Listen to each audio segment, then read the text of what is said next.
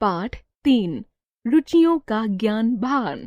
प्रत्येक व्यक्ति शारीरिक और मानसिक दोनों ही दृष्टियों से एक दूसरे से भिन्न होता है। उनकी रुचियां भी अलग अलग होती हैं। विद्यार्थी जैसे जैसे बड़ा होता है, समझदार होता है, उसे अपनी रुचियों का पता चलता है। ये रुचियां समय समय पर बदलती भी हैं।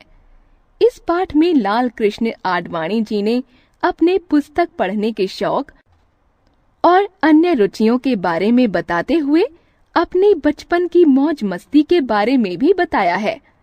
आइए इस पाठ को सुनकर जानते हैं कि किन कामों में उनकी विशेष रुचि थी।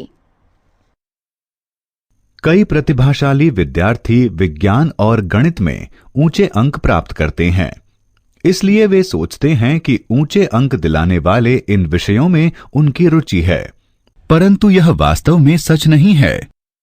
जैसे जैसे विद्यार्थी बड़ा होता है, उसकी समझ बढ़ती है कि वास्तव में उसकी रुचि क्या है।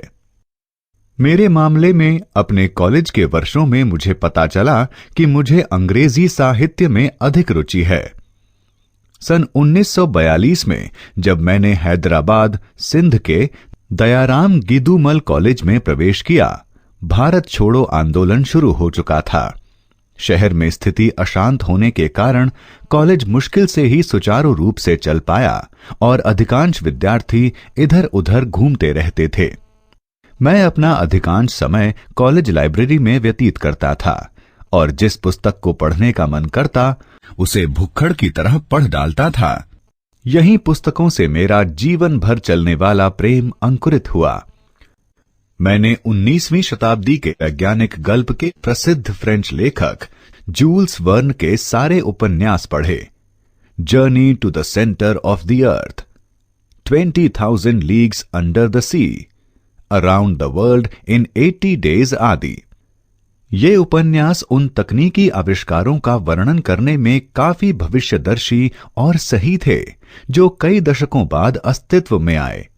उदाहरण के लिए Paris in the 20th century air conditioning, television आदि का उल्लेख करता है जो कि वर्न के समय में अस्तित्व में नहीं थे।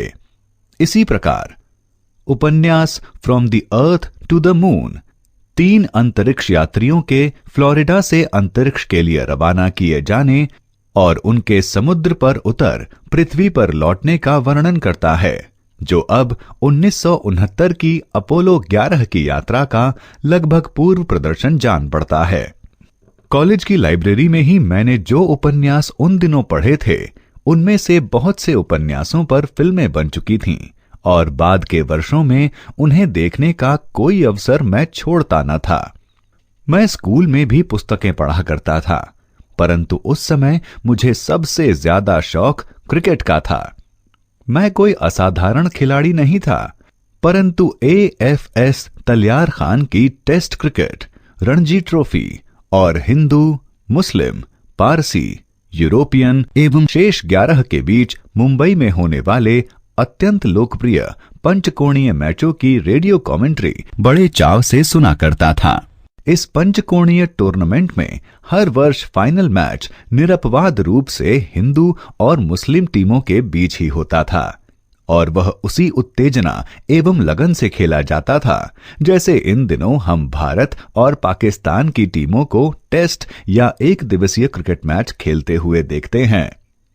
रेडियो पर तलियार खान की आवाज जादुई लगती थी और बहुत से क्रिकेट प्रशंसकों की तरह मैं कमेंट्री की उनकी शैली का भी उतना ही प्रेमी था जितना कि क्रिकेट मैच का।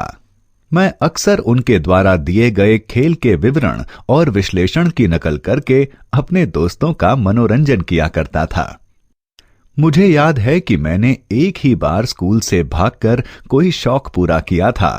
उस दिन रेडियो कमेंट्री सुनने के बजाय मुझे सिंध और महाराष्ट्र की टीमों के बीच कराची में होने वाले रणजी ट्रॉफी का फाइनल मैच देखने का मौका मिला था।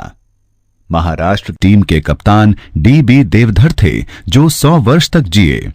उसी मैच में मैंने विजय मर्चेंट, वीनू मांकड़ तथा सिंध के नाउमल और MJ मोबेद जैसे महान खिलाड़ियों को खेलते देखा।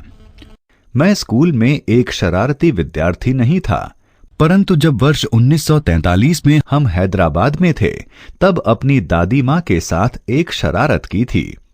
सिंध के उस भाग में गर्मी के महीनों में पारा बहुत ऊपर चला जाता था और महिलाएं अपने घरों के अहातों में पारंपरिक झूलों पर सोती थीं।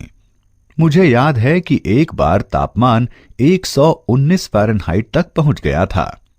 दोपहरी में मेरी दादी हाथ से पंखा झलकर खुद को ठंडक पहुंचाती और सोने के उद्देश्य से ऊँघने लगती थीं।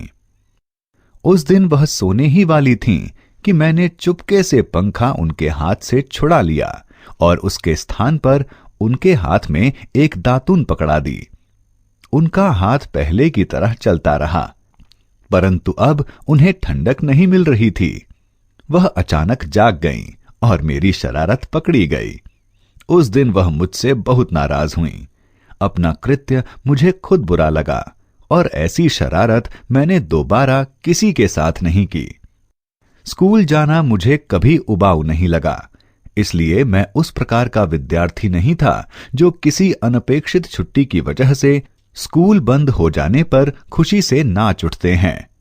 फिर भी साल में एक मौसम ऐसा आता था जब स्कूल के बंद होने पर मौज करने की अपनी बाल सुलभ प्रकृति को मैं रोक नहीं पाता था। कराची में वर्षा बहुत कम होती थी। पूरे मौसम में अधिकतम 5 इंच। मॉनसून के दौरान आकाश में बादल घिर आते थे, परंतु वे बादल बरसते बहुत कम थे। इसलिए जब कभी बारिश की फुहार भी पड़ती थी तो हम लड़के खूब मस्ती करते थे। ऐसे अवसर पर हमारी मस्ती देखने लायक होती थी। इसका एक कारण यह भी था कि स्कूल प्रबंधन उस दिन की छुट्टी घोषित कर देता था ताकि विद्यार्थी बारिश की फुहारों का खुलकर आनंद उठा सकें। मैं हर रोज साइकिल से स्कूल जाया करता था। लगभग 2 मील की दूरी 15-20 मिनट में तय होती थी। उन दिनों जब शहर को विरले ही फुहारों का वरदान मिलता था, यह जानते हुए भी कि स्कूल बंद होगा, मैं साइकिल से सेंट पैट्रिक्स जाया करता था, केवल उस घोषणा का आनंद लेने के लिए जो मुख्य द्वार पर बड़े अक्षरों में बोर्ड पर लिखी होती थी, वर्षा के कारण आज स्कूल बंद है। लेखक लाल कृष्ण आडवाणी।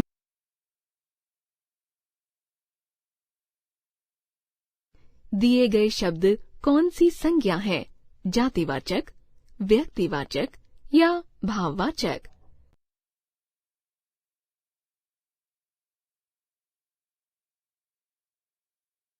रेखांकित वाक्यांशों के स्थान पर प्रयुक्त होने योग्य उचित एक शब्द छांटिए।